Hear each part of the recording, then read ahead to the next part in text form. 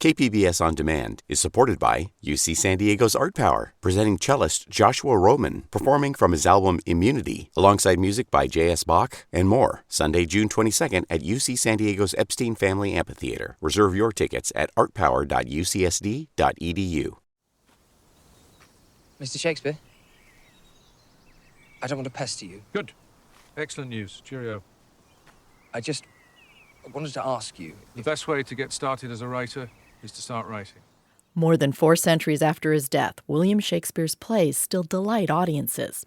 Yet the man himself remains something of a conundrum. How could such an ordinary person, who had little schooling and never left England, have also been the literary genius who took us to Verona, Venice, Egypt, and beyond, plus gave us star-crossed lovers, the Weird Sisters, a melancholy Dane, and a host of madmen, fools, and kings? The new film All Is True attempts to discover what this Mr. Shakespeare might have been like and how he could have written those fabulous plays. I don't have a favorite play. I admire all my fellow dramatists equally, and yes, I do think women should be allowed to perform the female roles, as is the practice on the continent now. Please, if you'll excuse me. I just wanted to ask how you knew. Knew what? Everything. My friend, I don't even know how to keep the slugs out of the hollyhocks. There is no corner of this world you have not explored, no geography of the soul which you cannot navigate. How? How do you know? Just what I know. If I know, and I don't say that I do, I have imagined. But they say that you left school at 14. You've never travelled. Imagine from what? From myself. Yourself? Yes. Everything I've ever done, everything I've ever seen, every book I've ever read, every conversation I've ever had, including, God help me, this one. Do you want to be a writer and speak to others and for others? Speak first for yourself. Search within. Consider the contents of your own soul, your humanity. And if you're honest with yourself, then whatever you write, all is true.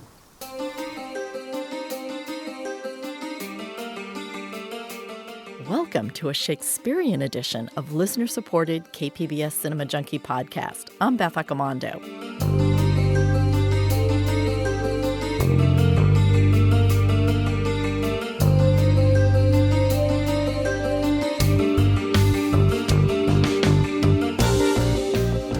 All Is True, directed by Kenneth Branagh and featuring him as William Shakespeare, recently opened in theaters. It's a charming and witty speculation about what Shakespeare's retirement might have been like. There are some tidbits of truth based on the facts we know, but also some clearly made-up fantasy. Yet, as the title cheekily suggests, all is true. That ordinariness of Shakespeare's life is one of the reasons that some have insisted he couldn't be the author of all those plays and have sought to assign credit to a more worthy person. But the scene I just played addresses that point with an effective retort. Writer Ben Elton has an obvious affection and appreciation for Shakespeare, and that makes the film both sweet and melancholy. The film gives us the man we might hope Shakespeare to be. This summer we'll also see the release of the film Ophelia, which reimagines Hamlet from Ophelia's point of view and suggests her story is a very different one than what we see in the play. You may think you know my story. Many have told it. It has long passed into history, into myth.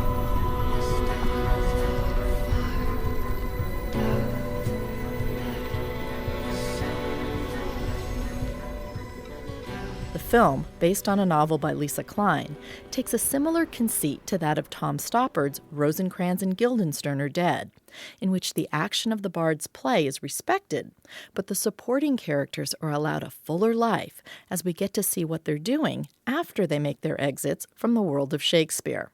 I'll have more on Ophelia in a separate podcast later in June featuring interviews with author Lisa Klein and the film's director, Claire McCarthy. But all this is leading into today's Summer Shakespeare podcast with Old Globe artistic director Barry Edelstein, who's also a Shakespeare scholar. I know this is drifting a little off course from being about movies, but I couldn't resist an opportunity to explore one of my other passions, which is Shakespeare. But before I get to my interview with him, we need to take this quick break, and I promise it'll be short, because Shakespeare did say, brevity is the soul of wit. KPBS On Demand is supported by UC San Diego's Art Power, presenting cellist Joshua Roman, performing from his album Immunity, alongside music by J.S. Bach and more, Sunday, June 22nd at UC San Diego's Epstein Family Amphitheater. Reserve your tickets at artpower.ucsd.edu. In San Diego, summer means Shakespeare, because our renowned Old Globe Theater, named after the Bard's own venue, devotes the summer months to his plays. As artistic director, Barry Edelstein oversees the summer season and usually directs one of the plays. This year, he'll be directing Romeo and Juliet for the first time. Plus, he'll be holding another edition of his Thinking Shakespeare live lecture on June 8th. Now, before you bristle at the idea of a lecture on Shakespeare, let me play a clip from one of Edelstein's previous Thinking Shakespeare live talks, centered on the first folio. It's a human document, surrounded with legal activities, surrounded with acrimony, surrounded with grace.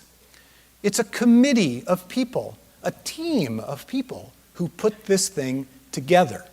There's a copy of the first folio at the Folger in which somebody was reading it and left their glasses in the book and closed the book. The glasses rusted.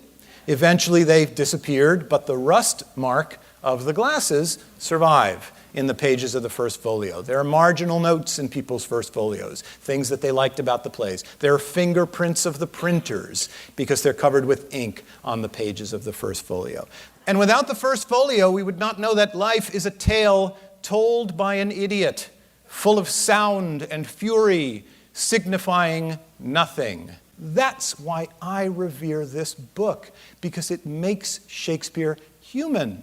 Not a god on a pedestal, not a perfect being who was blessed with some once-in-a-century genius bolt of lightning, but a person working, who had friends, who had technology that was imperfect, who had problems and arguments and disagreements that somehow come together in this miraculous volume. He's our property, our common property, to get in there with, to roll up our sleeves, to get our hands covered with ink, to forget our glasses and forget our pair of scissors. That's what the first folio means to me. Edelstein's engaging style and vast knowledge of Shakespeare makes for a fascinating 90 minutes. Tickets are almost all gone for June 8th, so if you're interested in gaining new insights into Shakespeare, then you need to act fast. I began my interview with Edelstein by asking him what people can expect from attending the lecture. Well, I love doing this, and to my surprise, it really resonates with audiences here who love Shakespeare. The Globe's been doing Shakespeare for 5 years, something like that, some enormous amount of time that the Globe's been doing Shakespeare in San Diego. And so there's a real audience for Shakespeare here, uniquely so. Very few other places around the United States that have as rich a Shakespeare audience, and they want to know more.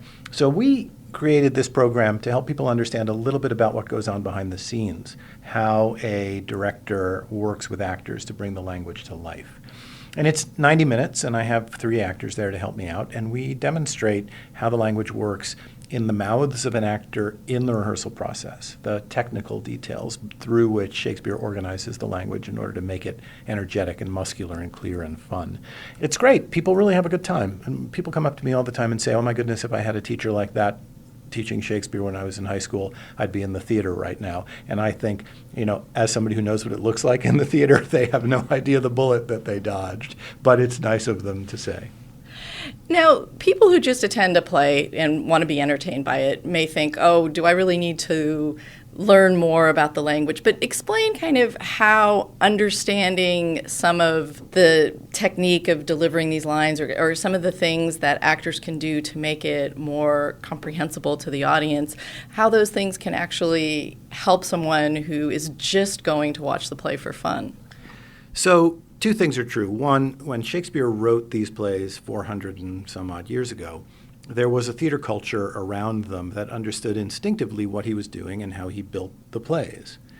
So today we pick up a play script written by a modern playwright and we see sometimes the word pause in brackets. And a modern actor understands that pause means that you take a little moment, think about what you're going to say next, and then go on. Shakespeare had his own equivalents of those kinds of things in the way that he put the language together that actors in his period would have instinctively understood, but 400 years later they need teachers to help them spot and see. So, for example, Shakespeare really liked the idea of juxtaposing opposites in his speech. That which hath made them drunk hath made me bold.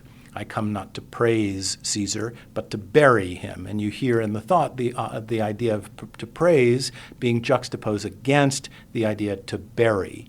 To be or not to be, that is the question.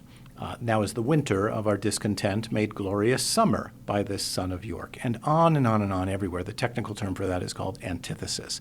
We know it in our modern political world. Ask not what your country can do for you, ask what you can do for your country. You hear the words that are opposite being juxtaposed against each other. Well, when we train actors to do Shakespeare, we really stress this idea and say that you've got to think the thought in such a way that the terms that are opposite each other sort of lift off and become particularly vivid, and that makes the audience understand the thing much, much, much more clearly. If an actor doesn't stress the words that are opposite each other, the thought isn't communicated. And we demonstrate this in Thinking Shakespeare Live, and we do this when I'm rehearsing a play. I'm going into rehearsal in a couple of weeks. I'll be talking about antithesis all the time. This summer, the Globe is going to be having As You Like It and Romeo and Juliet. So you are the artistic director here. What went behind your thought process for picking these two particular plays to run this summer? Well, we have a lot of criteria that go into choosing the shows that we want to put on. First, we think about what the audience might want to see, what they might enjoy, what might be fun and entertaining for them. Obviously, we have financial limitations. What can we afford to produce given our budget? What shows are going to sell a certain number of tickets, which the Globe needs in order to keep the lights on, stuff like that. Then we look at how long it's been since we've produced these plays. We haven't done As You Like It in almost a decade, something like that. Haven't done Romeo and Juliet in longer than that. And Shakespeare only had 36 plays. You cycle through them pretty quickly. And the famous ones in particular that are really rewarding to audiences and that introduce audiences to Shakespeare for the first time tend to come up a little bit more frequently. So that's one part of it, is just figuring out the audience dynamic of it. The other part is the artist dynamic. I had a conversation with Jessica Stone, the director who's coming to do As You Like It, and she said, God, it's my favorite Shakespeare, and I'd really love to do it. I said, that's a pretty good reason. This is a director who's incredibly talented, very, very gifted at comedy, has become a really close friend at the Old Globe. She's done 4 plays here in the last 4 years. And I thought this is a great opportunity for her to stretch into this other area of doing Shakespeare, and she really loves and wanted to do that play. So check. As for Romeo and Juliet, I've never done it. I've done a little more than half of Shakespeare's plays now, some more than once, but Romeo and Juliet's not one I've ever directed. So I thought, I think this is the time to give it a go. And talk a little bit about As You Like It in terms of what are the elements that you think make it such a popular one of Shakespeare's plays? As You Like It is one of those plays that really has everything in it that we celebrate Shakespeare for. Great, beautiful poetry, all the world's a stage and all the men and women merely players. Lots of romance and love, love at first sight and the chaos that follows from that. Disguise. There's a woman who disguises herself as a boy who then disguises himself as a woman. An enchanted forest where crazy things happen. Lots of music. It's really got kind of everything that you think of when you think of Shakespeare. That special charm, that special beauty of the language. The other thing about it, and this is the thing I love about the play so much, it has one of my very favorite lines in all of Shakespeare in it, which is much virtue in if. And there's this big, long speech about the power of the word if, and the way that if activates our imaginations and activates our curiosity, and if is the thing that allows human beings to progress in this world because we have an image of the way things might be if only, and then we take steps to pursue it. And the whole play is built on this complicated idea of if. a series of suppositions, a series of conjectures. What happens if we take a bunch of city slickers and throw them into the country? What happens if we could disguise ourselves so well that even the person who loves us most in this world can't recognize us? And the play plays out this series of ifs in this gorgeous confection that's just rewarding and romantic and fills your heart by the end. All the world's a stage, and all the men and women merely players. They have their exits and their entrances, and one man in his time plays many parts, his acts being 7 ages. At first the infant, mewling and puking in the nurse's arms, and then the whining schoolboy with his satchel and shining morning face, creeping like snail unwillingly to school. And then the lover, sighing like furnace with a woeful ballad made to his mistress' eyebrow. Then a soldier, full of strange oaths and bearded like the pard, jealous in honor, sudden and quick in quarrel, seeking the bubble reputation even in the cannon's mouth. And then the justice,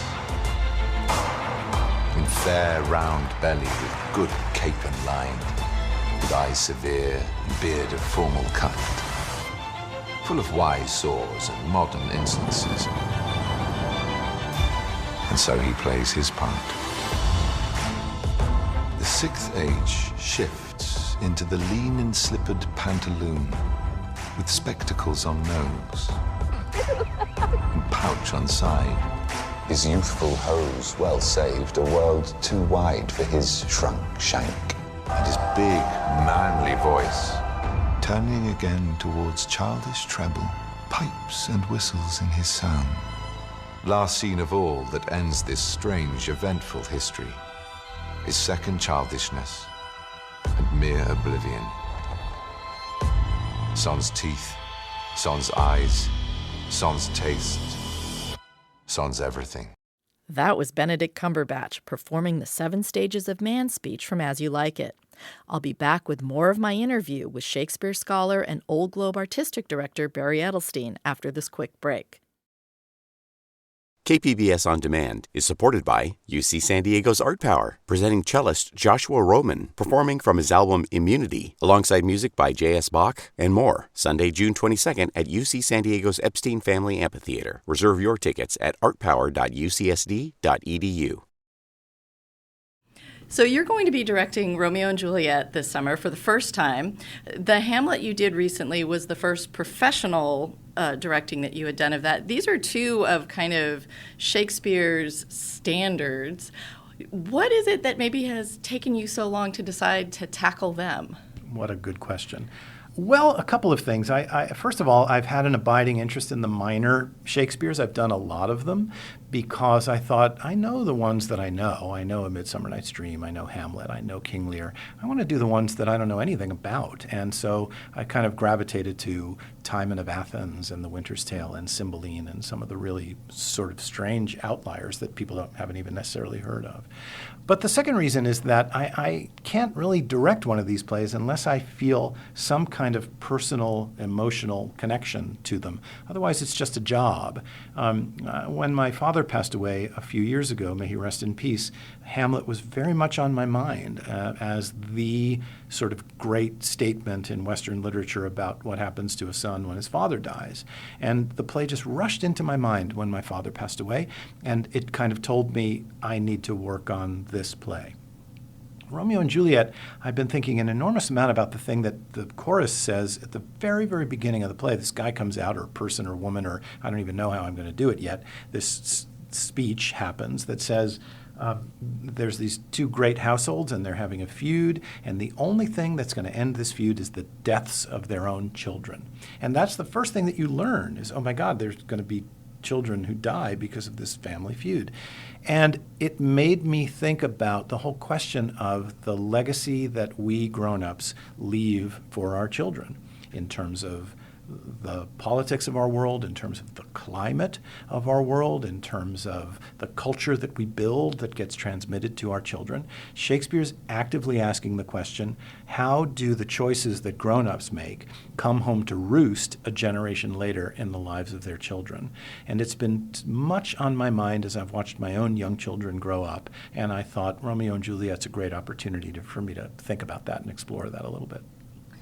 Now, with a play like Romeo and Juliet that has been filmed repeatedly, gets performed a lot, is it a challenge or a burden to tackle something that has been done so often that people have certain things in their heads or are very familiar with certain aspects but not others? And kind of how do you tackle that?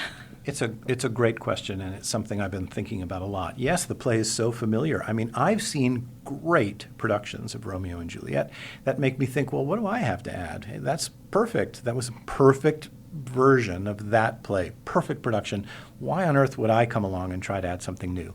But that's the great thing about the theater, is that these enduring works survive and ask for yet another group of artists to come together and grapple with them. And the joy of going to see Romeo and Juliet yet one more time is to see what this particular group of individuals at this particular moment are going to find in it. Now, as a guy whose job is to think, how am I going to do that balcony scene? The fact that I've seen it 15 times is a challenge, because you think, well, I know the way one is supposed to do it. So one trap is to say, I must do something original, because if it's not original, then it's somehow no good. And, you know, sometimes the tried and true method is the best thing to do, even though you've seen it 15 times. You've seen it that way because it works. So that's one trap to be avoided. The other trap to be avoided is to copy some other artist's work without particularly delving into it in a personal way. So in a sense, it's much more fun to do Timon of Athens because one has never seen it before and it feels like a new play. Titus Andronicus, you know, Henry VI, Part 3. The plays that just aren't produced that frequently don't have that legacy of creative ideas behind them. But on the other hand, the fun about Romeo and Juliet is just to say, look, there are definitive versions out there. My job is to come in now with this particular group of people who are incredibly talented and just see what it is we think we can find and trust that it will resonate with audiences in its own new way. So going into Romeo and Juliet, how much of what you want the production to be is already set in your head, and how much of it are you kind of discovering as you go through rehearsal? Well, there's some things you have to figure out in advance in the way that the American theater works, right? The Globe has a big scene shop down in southeast San Diego. There's a big staff down there waiting for some blueprints to arrive so that they can build the scenery that's going to be on our stage. So that stuff has to be figured out in advance. I've chosen almost, not all, but almost all of the actors who are going to be in it. We start rehearsal in about 6 weeks. And so those kind of decisions are already kind of set in stone moving forward. Then there are kind of big ideas. Well, what's it going to look like? There's going to be live music. What's that going to sound like? So there are things that require a lot of advanced preparation that are already figured out.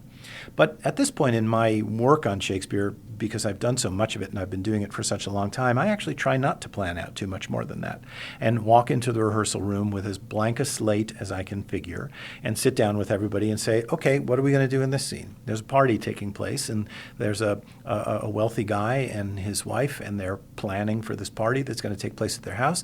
How are we going to do it? Some servants running around. Should they have food? Should they not have food? Is the mood tense and anxious or is the mood celebratory and fun? I don't know. We'll get in there with the group of people that are in there and say, here's the situation. Well, how do we think we ought to do it? And have you determined what period this is going to be in? That's the question that everybody always asks. And, my answer is, I'm going to do all the words that Shakespeare wrote, and I'm going to do them in the order that he wrote them. So in that sense, it's going to be traditional. But we're going to do what I call kind of timeless modern dress. So the silhouette of the clothing will look vaguely kind of contemporary, but we're not going to have cell phones or Instagram or that kind of technology, which would make a kind of crazy nonsense of the play, which completely depends on the fact that somebody couldn't get a message to somebody else. And so if you're walking around with a cell phone, it makes a little bit of a nonsense of that. So it'll be a kind of gorgeous, lush, contemporary silhouette of the clothing designed by the brilliant Judith Dolan. But the basic kind of inner life of the production will not have a kind of 2019 gloss on it. It'll be the piece that Shakespeare wrote, the relationships among the people, and kind of delving deep into the central themes and concerns of the play in what I would say is a traditional way. Do you remember the first time you ever saw Romeo and Juliet and what impact it had? Now you're making me scan my memory banks. I remember seeing the Zeffirelli film, which of course is a classic, which I think I saw in school when studying the play for the first time. I saw, the first time I saw professional production was when I was a student in England, and I saw the Royal Shakespeare Company do one set in what was then, this would have been late 80s, contemporary Italy. So there was a guy with a scooter, and there was a table with an umbrella that said Cinzano on it, and it was kind of contemporary Verona, which was a lot of fun. And I remember in the mists of my memory, I remember there was a giant projection screen where you saw the faces of the company projected hugely behind everybody. I could be wrong about that. I'll have to go look it up. So yeah, I have a lot of them in my memory bank. I've seen them all over the United States. I've seen them in Shakespeare festivals here and there. I've seen ballets of Romeo and Juliet. West Side Story, of course, the Baz Luhrmann movie. Oh my God, I would lose count of how many times I've seen it. And what do you feel that you're particularly connecting with in terms of some of the famous scenes, or in terms of, some of the famous speeches and monologues in this? Well, again, it comes back to this idea of the choices that parents make settling in the lives of their offspring in sometimes toxic ways. That's what I actually think the play is about. That's what I think Shakespeare's trying to tease out.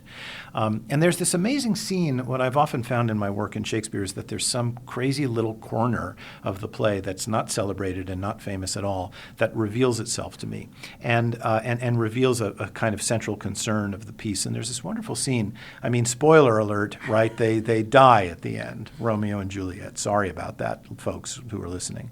And the way they die is this complicated thing. Romeo and Juliet are the children of rival families, and they're not supposed to fall in love, but they do. And so there's a friar who is involved, a man of the cloth, and he advises these two young lovers on how to be together in the face of their parents' opposition.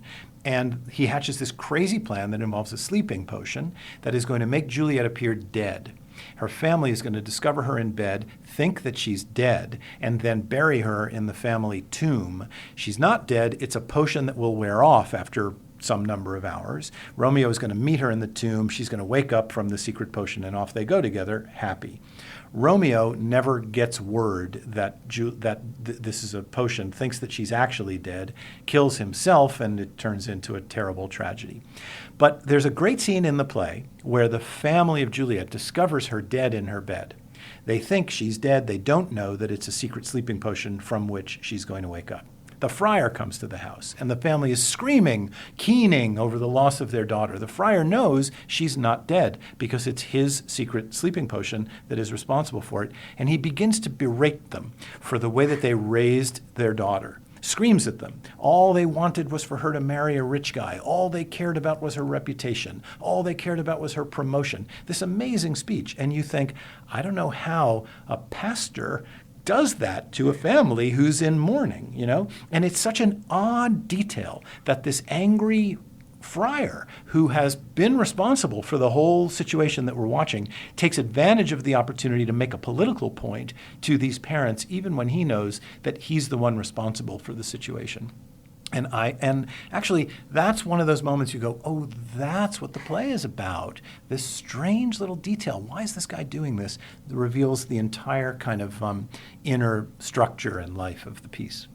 And it's interesting you point to that, because I believe that's a scene that's often cut out.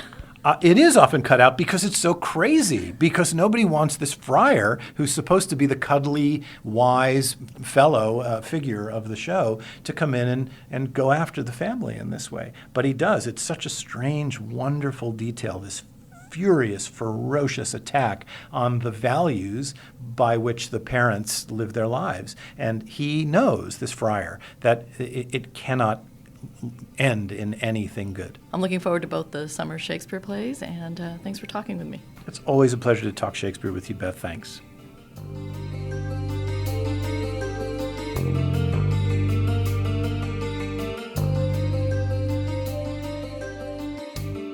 That was Old Globe Theatre Artistic Director Barry Edelstein. He'll be directing Romeo and Juliet later this summer. You can also find Shakespeare on screen this summer with All Is True about William Shakespeare at the end of his life, and Ophelia offering a new perspective on the bard's Hamlet. Thanks for listening to another edition of Cinema Junkie. If you enjoy what you hear, please tell a friend. Your recommendation or social media share is the best way to get the podcast to more listeners. Thanks to everyone who left reviews or has liked the Cinema Junkie page on Facebook.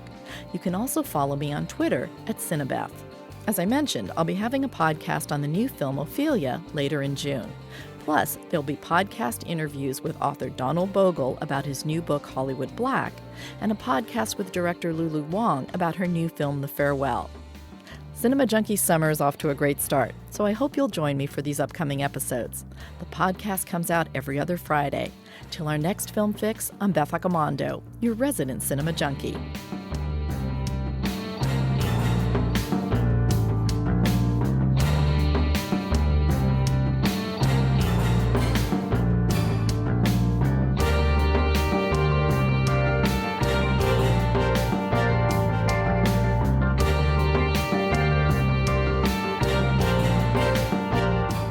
KPBS On Demand is supported by UC San Diego's Art Power, presenting cellist Joshua Roman, performing from his album Immunity, alongside music by J.S. Bach and more, Sunday, June 22nd at UC San Diego's Epstein Family Amphitheater. Reserve your tickets at artpower.ucsd.edu.